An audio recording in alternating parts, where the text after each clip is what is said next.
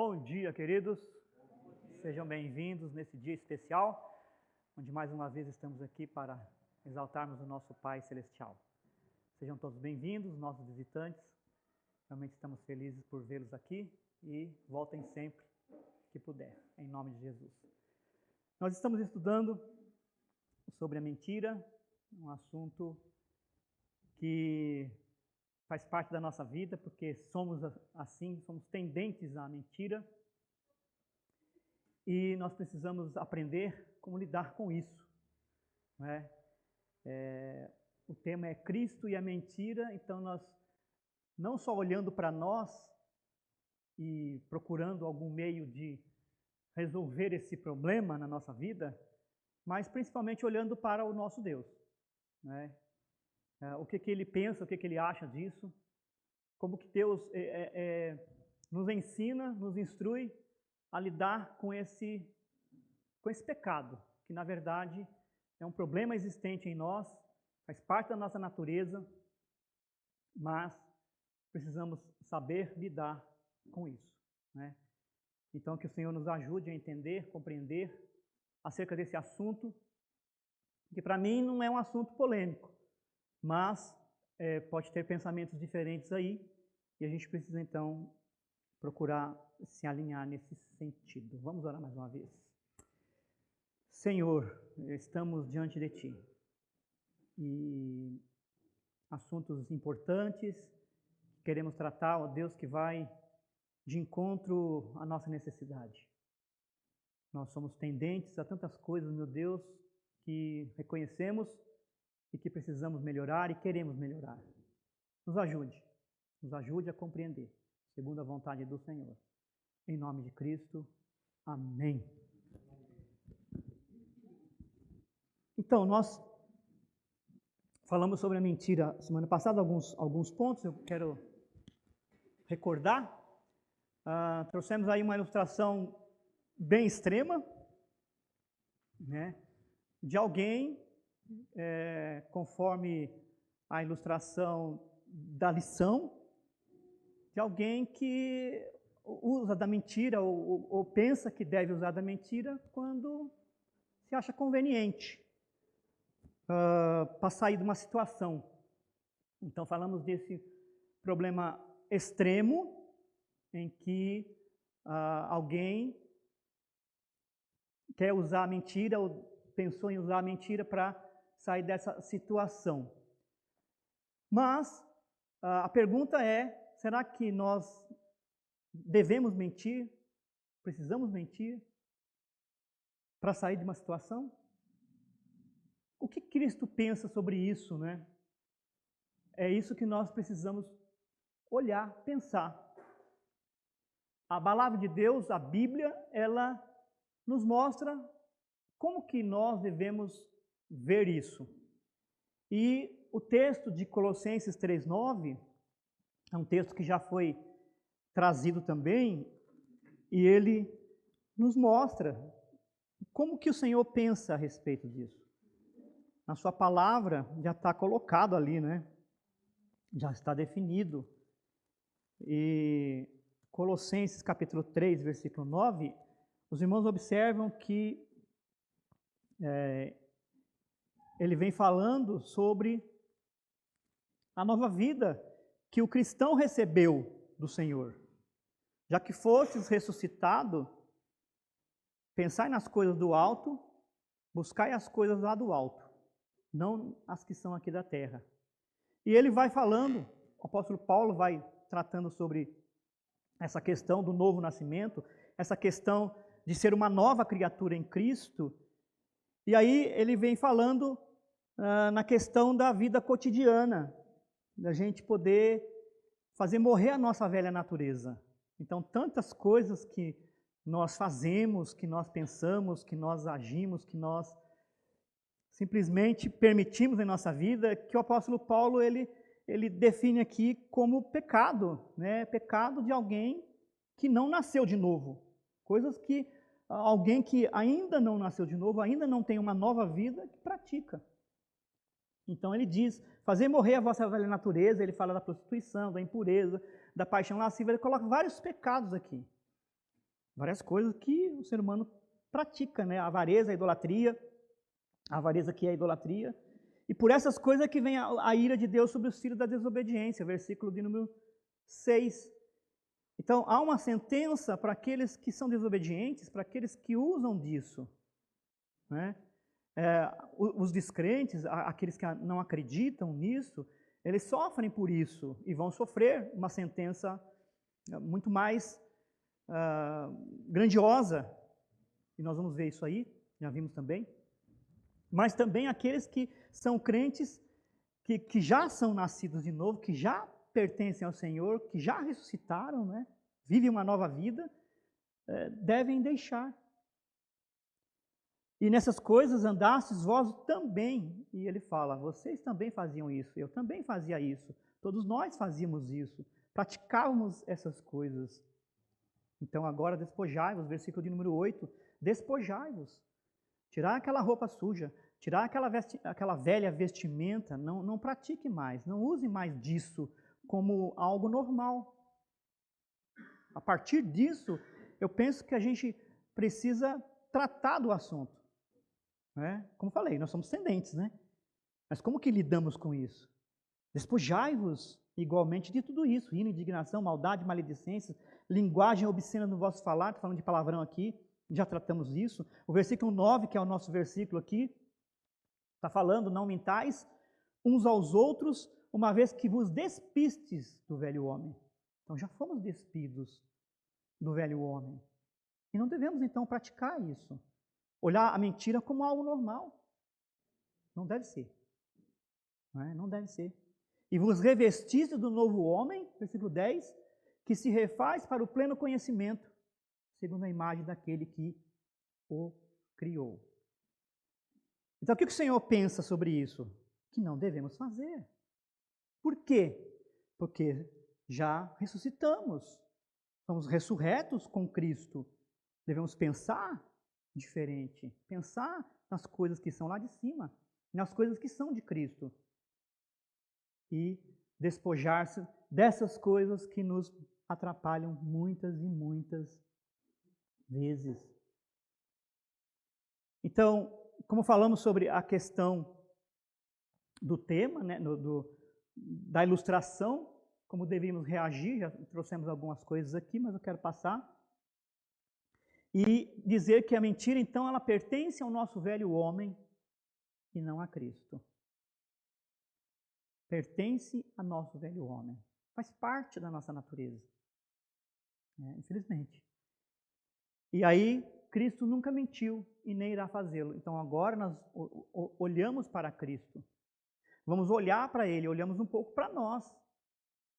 Sabemos que somos assim, temos essa tendência. Mas agora precisamos olhar para Cristo. E olhar e ver que Ele nunca mentiu. Nunca saiu uma palavra de mentira da boca do Senhor. E nem irá fazê-lo, porque Ele é santo, Ele é puro. E é contrário ao seu caráter, completamente contrário. A palavra de Deus fala que Jesus é a verdade. Jesus é a verdade. Eu sou o caminho, a verdade e a vida. Ele diz. Então, a verdade pertence a Cristo. Ele é a verdade, a sua palavra é a verdade. Então, é completamente oposto, contrário ao que o Senhor é e ao que o Senhor ensina também. Agora, por outro lado, nós temos alguém que incita isso. Quem é? O próprio diabo.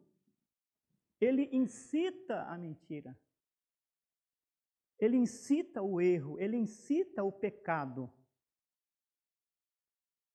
E o Senhor Jesus, falando aos fariseus, no capítulo 8, versículo 44, quando os fariseus procuravam matar o Senhor Jesus, usando até a questão da lei de Moisés, o próprio Moisés, e Jesus, então, ele fala, vós sois do diabo, que é o vosso pai, e quereis satisfazer os desejos.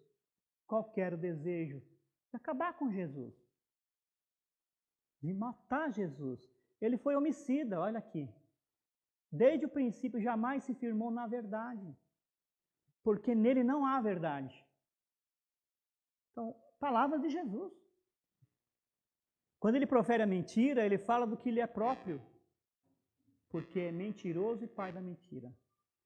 Então, Jesus falou. Ele disse.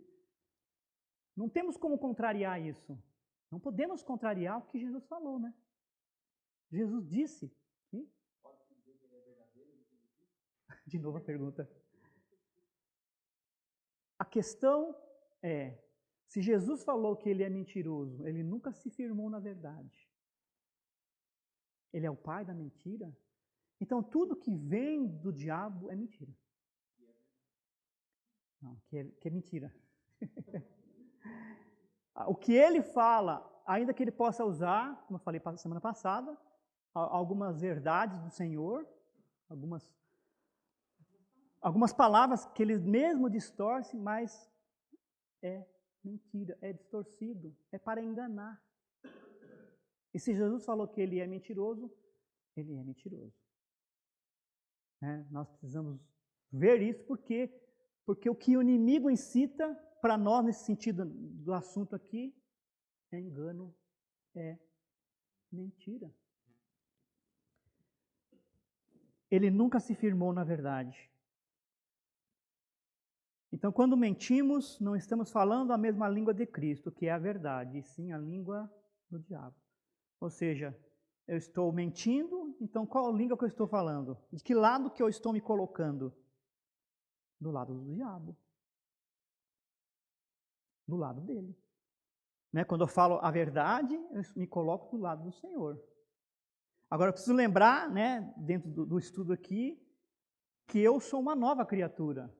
Então, eu não devo mais me colocar ao lado do diabo no sentido de praticar a mentira, viver na mentira, como algo normal. Então, não estamos falando a mesma língua, e sim a língua do diabo. Segundo o exemplo de Cristo, é melhor morrer do que mentir. Por quê? Porque mentir é pecado. Então, se Deus falou que é pecado, mentir, é perversidade, é abominação, então é. Então eu preciso olhar para esse problema, essa questão, como de fato ela é. É pecado diante de Deus. É algo que o cristão não deve estar praticando. E não é eu que estou falando, a própria palavra de Deus, ela fala sobre isso. Então, eu preciso tratar disso, Eu tenho vários problemas. Cada um de nós tem vários problemas. Nós não somos perfeitos, temos muita dificuldade de lidar com certas coisas, com outras menos, mas temos. E talvez a mentira seja uma das coisas que nos atrapalha, no nosso viver, no nosso relacionamento, no trabalho, em várias questões, até com Deus. Nos atrapalha. E é algo que nós precisamos lidar. Olhar para a mentira, como pecado. Porque é o que o Senhor diz. E aí a pergunta, será que somos obrigados a mentir então? Às vezes, nos é imposto. Mas será que somos obrigados a fazer? Não, não somos obrigados a mentir. Porque temos que mentir, porque aquela situação nos coloca diante disso. Não temos que fazer. Não existe aquela incitação mais da lei, porque não estamos debaixo da lei. Entendendo isso. E também não somos mais escravos do pecado, como o apóstolo Paulo, ele fala ali em Romanos, no capítulo 6, no capítulo 7, ele diz que não somos mais escravos do pecado. Quem pratica o pecado é escravo do pecado. Então, quem mente, é escravo da mentira. E assim por diante. Quem faz outras coisas também, E aí estamos falando na questão do viver. Às vezes pode acontecer, mas a gente entendendo, a gente vai reconhecer, pedir perdão para o Senhor, retomar a nossa comunhão com Deus, que pode quebrar a comunhão também, o pecado sempre quebra a comunhão. com o nosso Salvador. Aqueles que vivem e praticam a mentira, vivem e praticam a mentira. Né? Pessoas que acham normal. É por isso que somos alertados na questão bíblica da sentença que há para aqueles que vivem assim e que praticam isso como normal. Qual que é a sentença? É que eles, tanto esses aqui como os mentirosos, a parte que lhes cabe será lago de fogo. Lago que arde com fogo e enxofre. Então, não pertence mais a nós. A sentença para aqueles que vivem e praticam a mentira é o lago de fogo. E nós não caminhamos para lá. Glória a Deus, graças a Deus, não é verdade? Nós caminhamos para o céu, nosso lar celestial. E o texto de Colossenses, mais uma vez, nos leva a pensar nas coisas do alto, nas coisas que são lá de cima.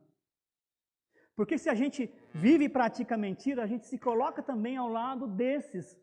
Não estou dizendo que a gente vai sofrer como eles, mas a gente, de uma certa forma, aprova o que eles estão fazendo.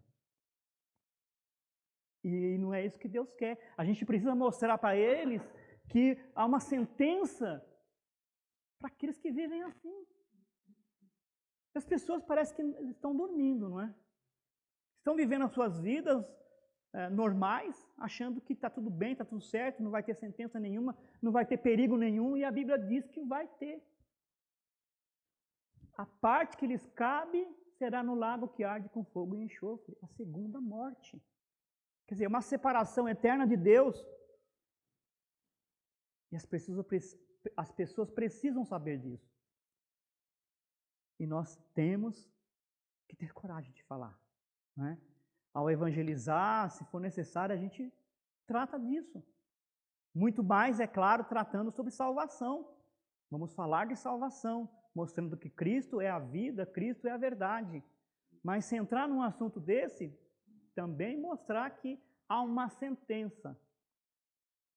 A sentença da segunda morte. O perigo que as pessoas estão correndo. Por isso, estamos falando em Apocalipse, né? Nós temos trazido assuntos aqui a respeito de Apocalipse, coisas que não se falam mais nas igrejas, porque assusta, né, as pessoas.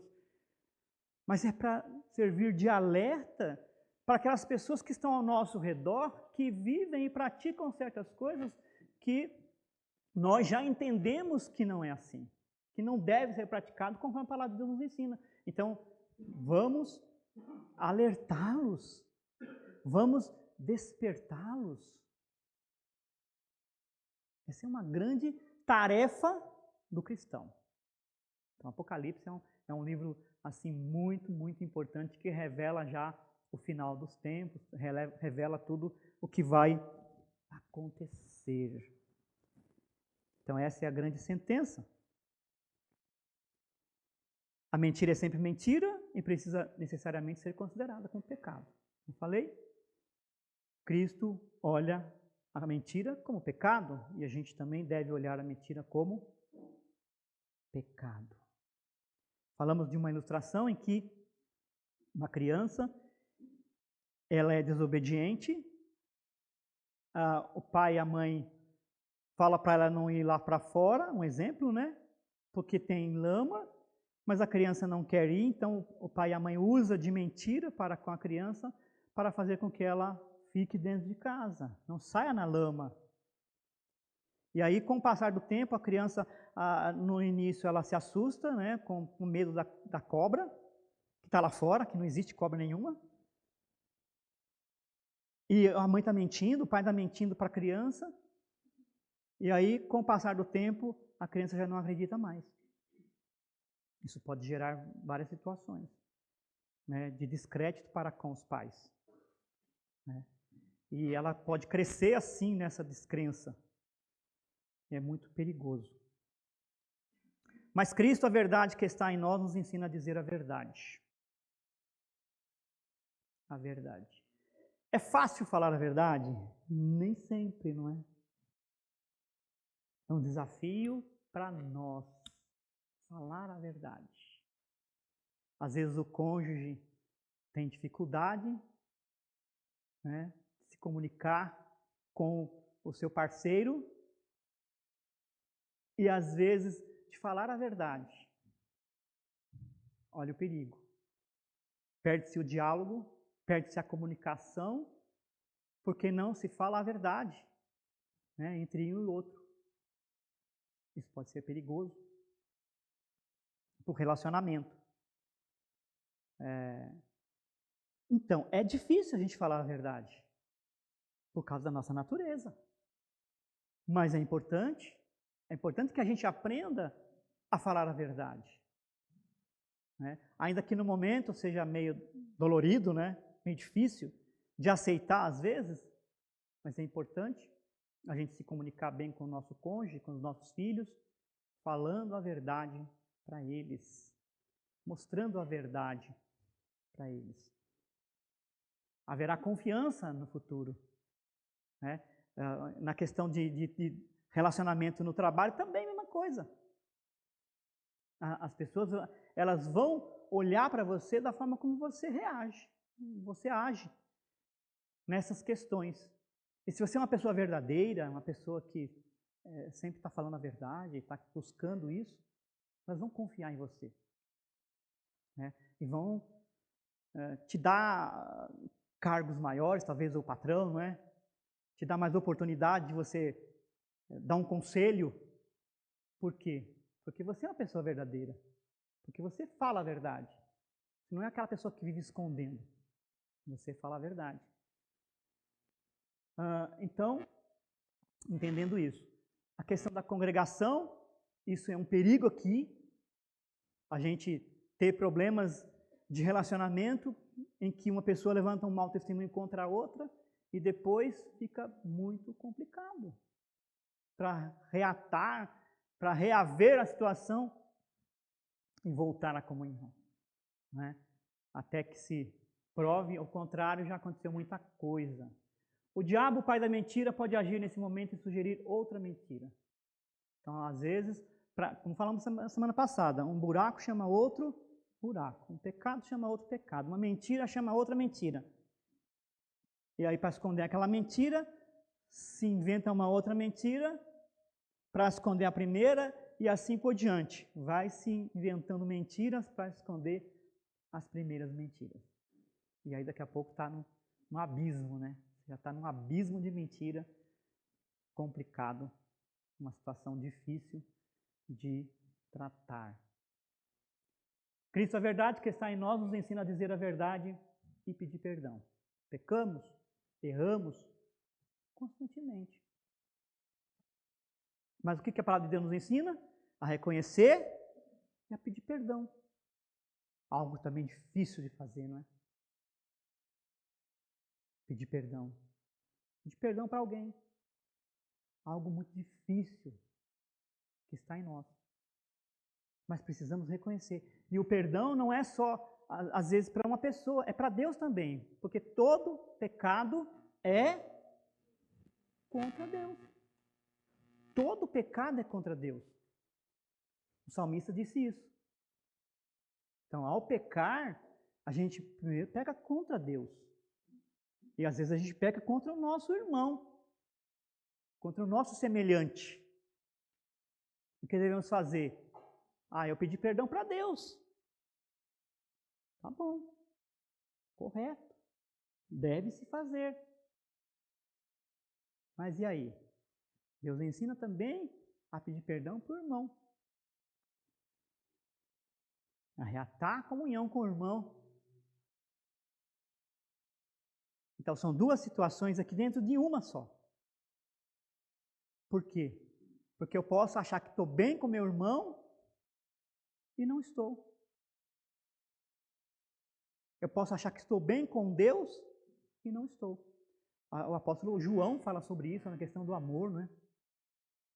Quando eu digo que amo a Deus e eu não amo meu irmão, eu estou mentindo. Então veja que as coisas elas precisam ser entendidas, reconhecidas e praticadas. Mais uma vez, algo difícil para nós, que são desafios, mas eu quero dizer uma coisa para os irmãos. Nós temos o Espírito Santo de Deus que habita em nós e que nos ajuda, e que nos ilumina, e que nos dá direção, e que intercede por nós. Nos ajuda a vencer essas dificuldades que temos, até orando por nós, conforme Paulo disse aos Romanos no capítulo 8. Intercedendo por nós em oração, porque Ele conhece, Ele sabe qual é a intenção do Espírito. Ele age segundo a vontade de Deus. Então, podemos vencer essas dificuldades. E é isso que eu quero trazer para a igreja, a questão da gente poder vencer mesmo, no poder do Espírito de Deus, com a ajuda do Senhor, não na força da carne, porque a gente não consegue, não é? A gente tem dificuldade. E a gente, na carne a gente não consegue. Na carne a Bíblia fala que a gente só quer desagradar a Deus. Na carne. Mas no Espírito a gente pode, então, vencer. É isso que a gente precisa compreender. Muito bem. O exemplo do diabo é marcado por caminhos de constantes mentiras e enganos. E a gente, é claro que ele vai modificando a sua forma de agir, até se transparecendo como um ser verdadeiro, como aquilo que ele está falando seja verdade, mas é constantes mentiras e enganos. E o mundo está caminhando para isso. Lá, deixa eu mostrar um texto para os irmãos, em Tessalonicenses, 1 Tessalonicenses. Deixa eu ver se é a primeira ou se é a segunda, só para a gente ter certeza aqui do que está falando.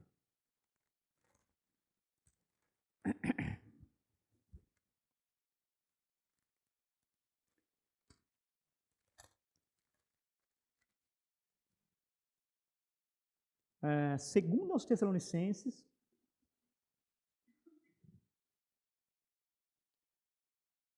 no capítulo 2, falando sobre a vinda de Cristo, então, nós estamos caminhando para o fim. O apóstolo Paulo trata aqui da vinda do Senhor e também da manifestação da iniquidade, do pecado, da mentira, né, do diabo. Porque ele vem. E o versículo 6 em diante fala: agora sabeis o que o detém, para que ele seja revelado somente em ocasião própria. Com efeito, o mistério da iniquidade já opera, versículo 7, e aguarda somente que seja afastado aquele que agora o detém. Não vamos entrar na questão aqui, quem é esse que o detém, quem não é, né? Então será de fato revelado o iníquo. Ou seja, ele está maquiado. Mas será revelado, de fato, quem ele é e qual é o desejo dele. E a quem o Senhor Jesus matará, versículo 8, com o sopro da sua boca e o destruirá pela manifestação da sua vinda. O Senhor Jesus destruirá o inimigo quando ele vier. E versículo 9, o aparecimento do iníquo é segundo a eficácia de Satanás com todo o poder e sinais e prodígios do quê? Da mentira. Então, o diabo ele tem essa artimanha, né, de enganar, de mentir. E a Bíblia fala que a revelação dele, o aparecimento dele será segundo tudo isso que ele mesmo tem feito. enganando, mentindo, com sinais mentirosos. E versículo 10, olha só, sua relação com os descrentes. Com todo engano de injustiça aos que perecem. Ou seja, as pessoas já vivem na mentira, elas vão continuar acreditando na mentira. Porque não acolheram o amor da verdade para serem salvos. Ou seja, não acreditaram no amor de Deus, não acreditaram no sacrifício de Cristo, não acolheram esse amor para serem salvos. Então Deus vai permitir essa questão da mentira, então, ser trazida. E é por esse motivo, pois que Deus lhes manda a operação do erro para darem crédito à mentira. Que coisa, né? Interessante. Então, as pessoas, hoje, muitas delas, né? Claro que o Senhor tem seus eleitos, mas eles estão vivendo a mentira, buscando a mentira, não aceitando a verdade, não querendo a verdade. Então Deus vai lhes mandar essa operação do erro, para que eles deem crédito à mentira mesmo, para que eles realmente acreditem nisso. E a fim de serem julgados todos quantos não deram crédito, versículo 12. Não deram crédito à verdade, antes, pelo contrário, deleitaram-se com a injustiça. Pessoas que gostam do pecado, amam o pecado, se deleitam com a injustiça, com as coisas erradas, vivem assim, serão entregues a isso. Porque estão buscando isso, porque rejeitam a verdade, porque rejeitam o Senhor. Somos nós que escolhemos o caminho que devemos seguir, o da mentira, tendo o diabo como pai, ou da verdade, tendo Cristo como pai e mestre. Qual o caminho que nós escolhemos? Já fizemos uma decisão com Cristo, a verdade? Amém. Vamos seguir o caminho de Cristo, o caminho da verdade. Qual será a sua fala?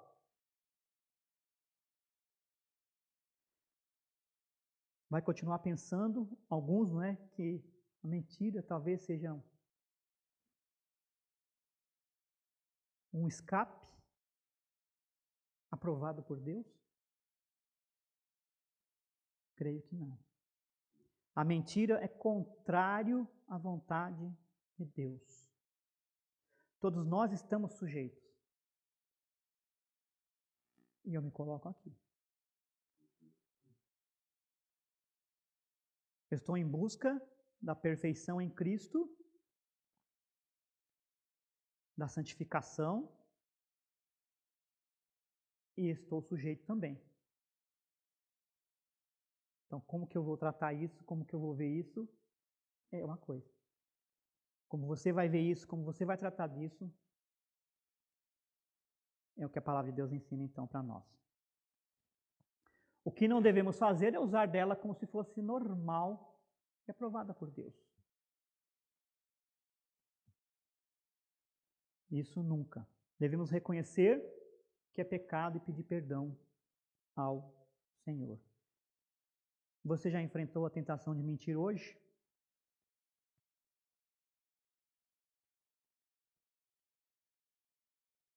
Não sei, talvez sim, talvez não.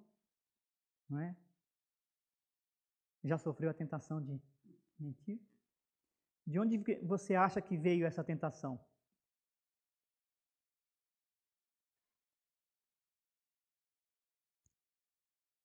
Está disposto a dizer a verdade como Cristo manda?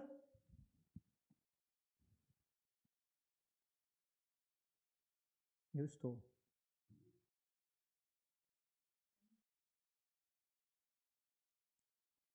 Por que é tão feia a mentira aos olhos de Deus? Aos olhos de Cristo. Qual uma das coisas que Cristo não pode fazer?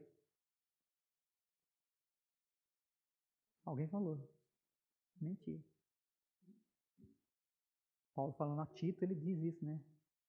Deus não pode mentir. E é por isso que dá credibilidade no Senhor.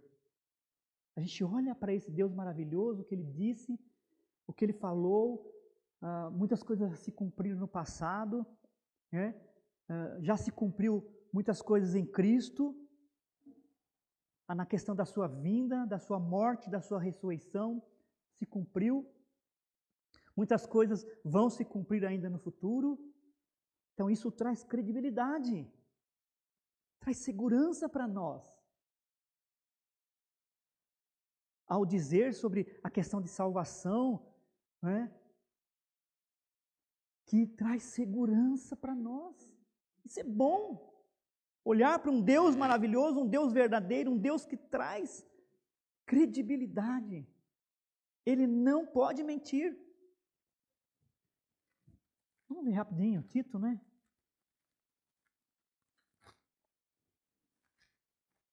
Capítulo 1.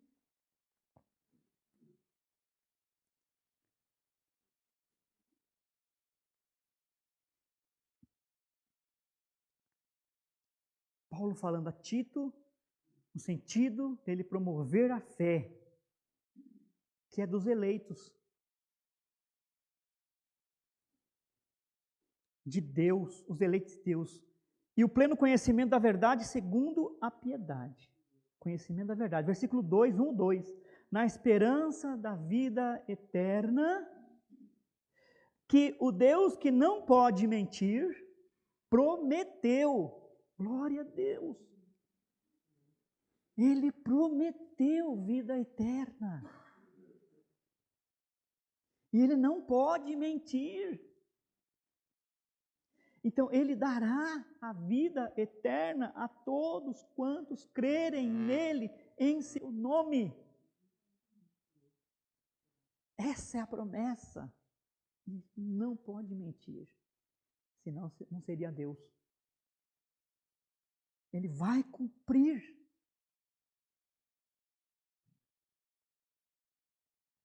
E essa é a fé dos eleitos. E Ele vai cumprir. Desculpa, eu vou ler de novo o versículo 2. Na esperança da vida eterna que o Deus que não pode mentir prometeu antes dos tempos eternos. Então, lá no passado, Deus já fez essa promessa.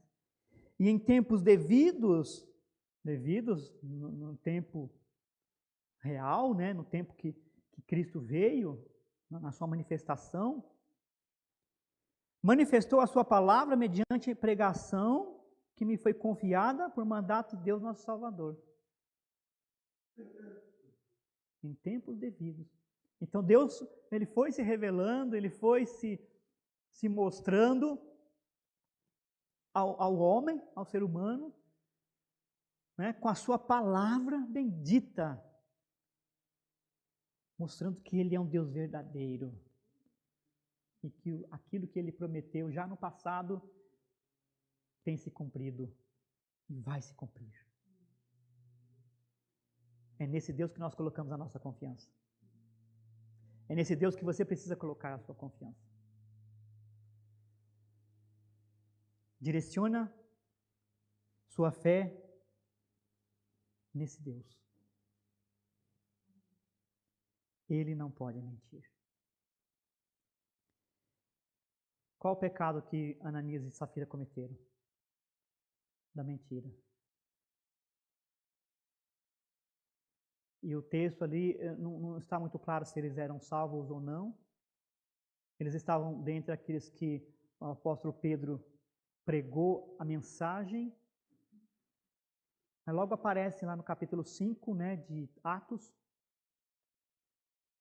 Havia certo homem chamado Ananias, ele vai contando a história de Ananias e Safira, em que eles venderam uma propriedade e mentiram na questão do valor.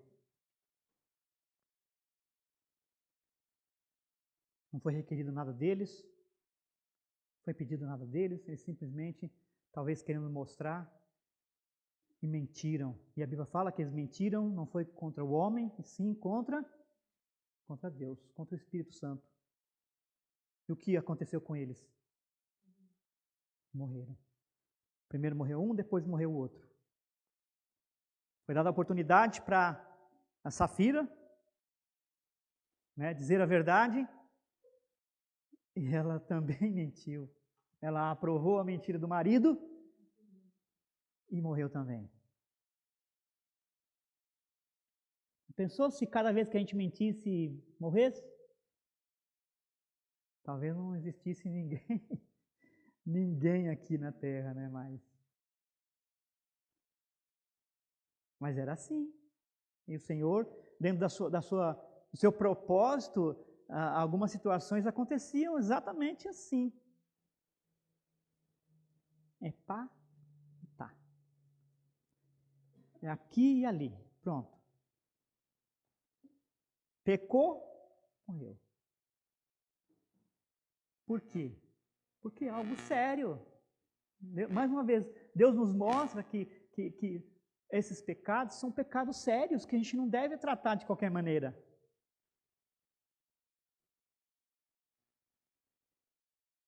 E o caso de Raabe? Não está ali, mas eu coloquei aqui. E o caso de Raabe? Os irmãos conhecem a história? Em que quando o povo de Israel estava para adentrar a terra de Jericó, Josué mandou 2 espias para lá, para ver a cidade, ver como é que é, se havia possibilidade de chegar, como chegar. E esses 2 espias, eles se esconderam na casa de uma prostituta chamada Raabe.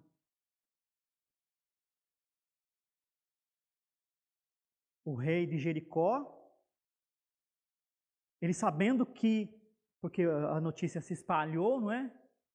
Ainda que eles tentaram se esconder na casa de alguém que não se levantava dúvida nesse sentido, porque era uma prostituta. Mas ficou sabido, não é? O rei soube que eles entraram lá e mandaram pegá-lo. E aí o que Raabe faz? Raabe esconde eles e aí mente, dizendo que eles não estavam lá, que eles já tinham ido embora.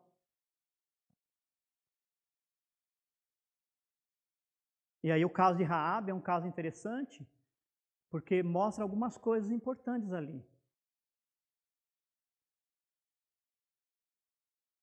Uma delas é que ela já ela teria ouvido falar do Deus de Israel. E naquele momento, ela demonstrou fé, escondendo aqueles homens. Agora, também tem a questão da salvação dessa mulher. Porque Deus foi gracioso, foi misericordioso para com ela, mesmo sendo uma mulher da vida, como poderia dizer. A graça de Deus chegou sobre ela. E ela foi salva. Ela foi salva. Ela mesmo reconhecendo tudo isso, ela pede para que eles tenham compaixão dela e da família e haja salvação. Eles sejam libertos. E isso aconteceu. Ao chegar lá, o povo, né, de Israel, eles pouparam a vida dela e a vida dos seus familiares, mostrando assim a graça de Deus sobre ela. E aí tem toda uma história bonita, né, que fala de uma corda vermelha, escarlate, tudo uma questão simbólica, né, do sangue de Cristo, onde eles desceram também para serem salvos, escaparem da cidade, daqueles homens que estavam lá. Ela coloca uma corda escarlate ali naquele muro e eles puderam descer por ali, sendo salvos por isso. Existe uma história toda bonita, toda maravilhosa. E, irmãos queridos, e a gente olhando no livro de Hebreus, a gente encontra o nome de Raabe ali também na genealogia do Senhor Jesus Cristo, a gente encontra o nome de Raabe.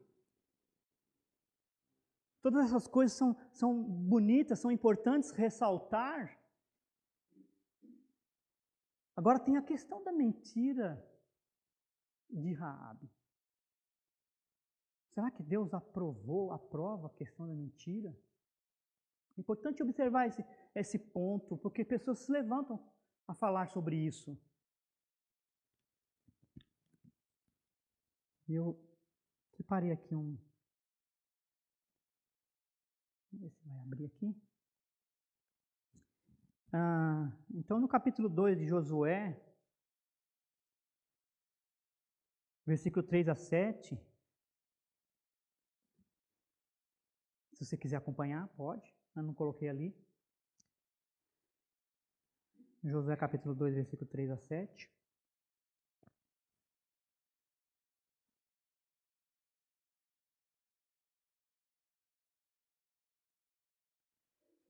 Mandou, pois, o rei de Jericó dizer a Raabe: faze sair os homens que vieram a ti e entraram na tua casa, porque vieram espiar toda a terra.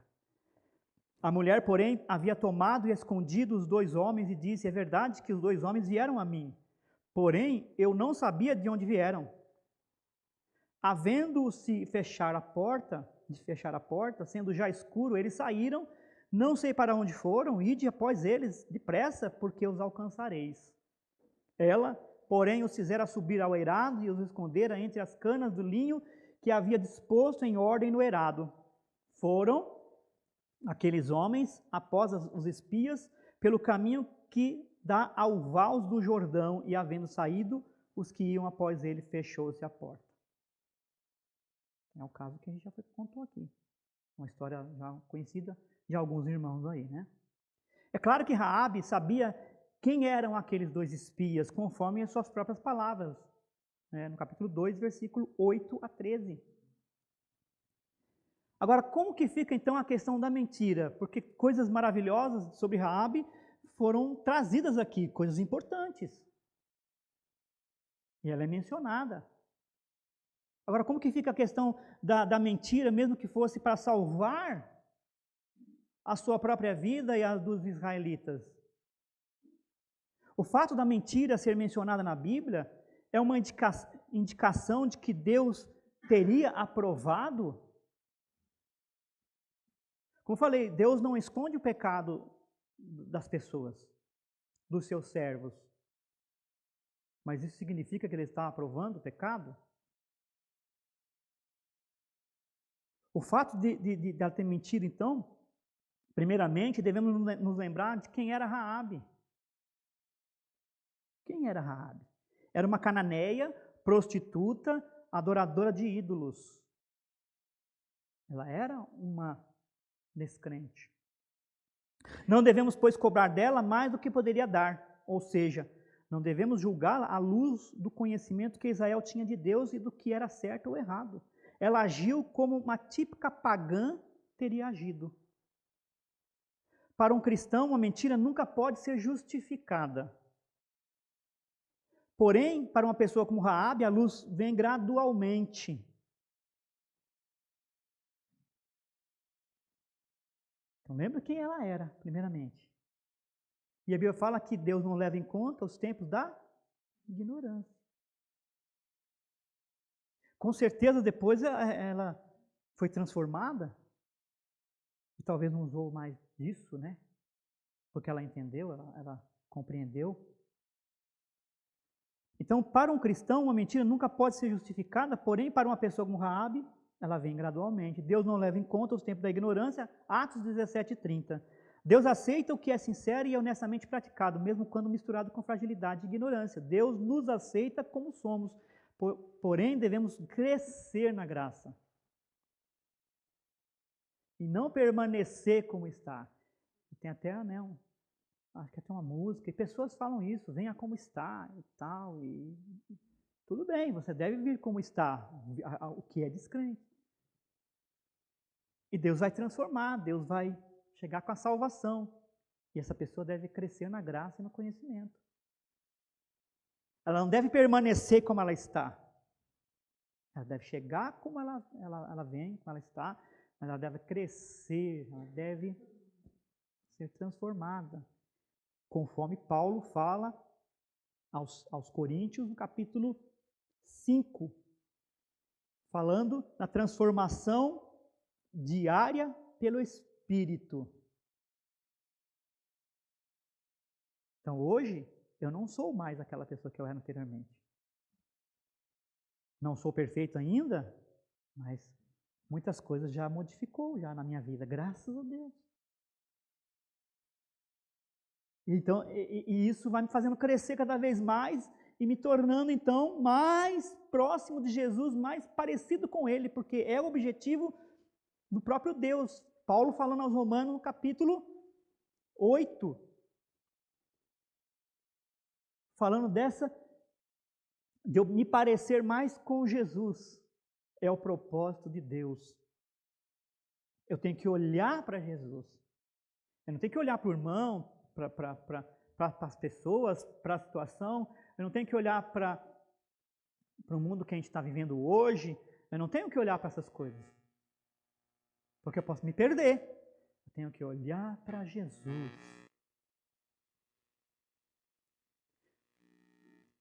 A carta aos Hebreus, no capítulo 12. Olhando firmemente para Jesus, o autor e consumador da nossa fé.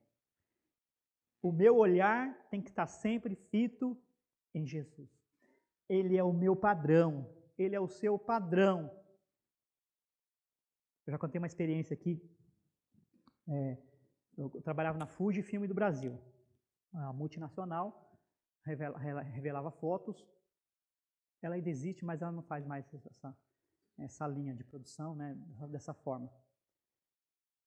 E aí, depois que revelava o filme, passando pelas químicas, ia para impressão.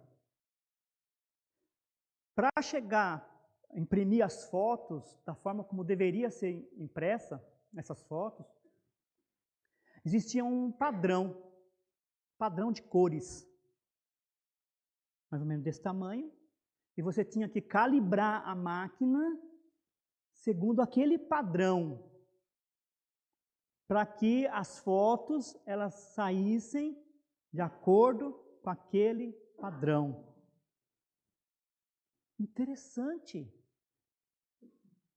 Aquele padrão demonstrava, né, se as cores estavam boas, se estavam ruins, se estavam precisando de mexer ou não. Às vezes era necessário porque a máquina ela ficava no seu estado quieto, né? Às vezes nisso modificava um pouco as cores. Até na hora de colocar outras químicas ali, dava uma diferença. E toda vez de manhã, então, precisava calibrar essas máquinas segundo aquele padrão. E aí você poderia trabalhar o dia inteiro, se não tivesse acontecido nenhum problema com aquela máquina, né? Poderia trabalhar o dia inteiro segundo aquele padrão. E era um padrão, ó. Então, Cristo é o nosso padrão. A gente tem que olhar para Cristo. Nós temos que calibrar a nossa vida segundo Cristo. Segundo esse maravilhoso Deus. É para Ele que a gente tem que olhar. É nele que a gente tem que basear a nossa vida. Ah, pastor, estou longe. Não tem problema. Olhe para Ele, busque a Ele, confie nele. Ah, eu acho que não vou conseguir. Vai, confie, o Espírito está em ti. Aquele que tem o Espírito de Deus é filho de Deus, está escrito, né? Pertence a Cristo. Então é possível alcançar. Mas tem que buscar Ele. Esse padrão. Calibre de manhã, toda vez que você levantar, calibre sua vida segundo o padrão de Cristo. Nós já fomos colocados nisso, né?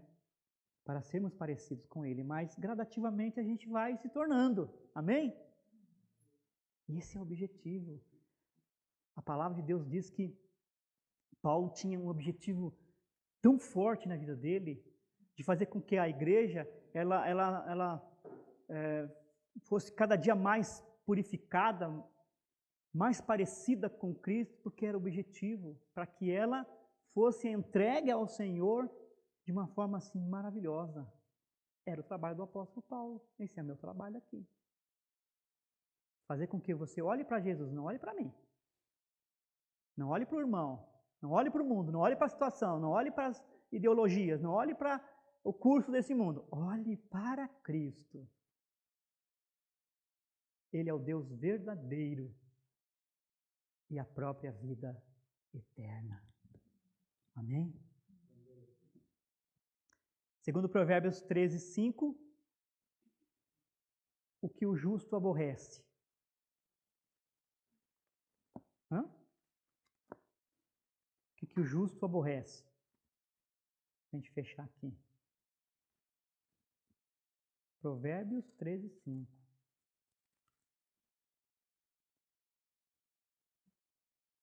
O que o justo aborrece?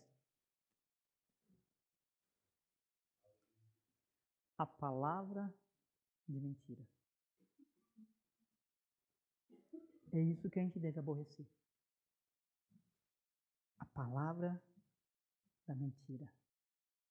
Mas o perverso, o justo aborrece a palavra de mentira, mas o perverso faz vergonha e se desonra, porque anda na mentira.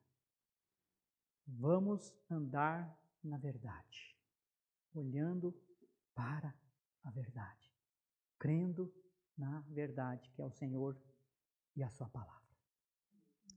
Senhor, obrigado, Pai, por esse tempo maravilhoso aqui de aprendizado. Temos tantas coisas, Senhor, a aprender do Senhor e pedimos a Tua ajuda, a Tua luz, a Tua orientação. Seja conosco. Em nome de Jesus Cristo, nosso Senhor e Salvador, o Deus da verdade. Amém.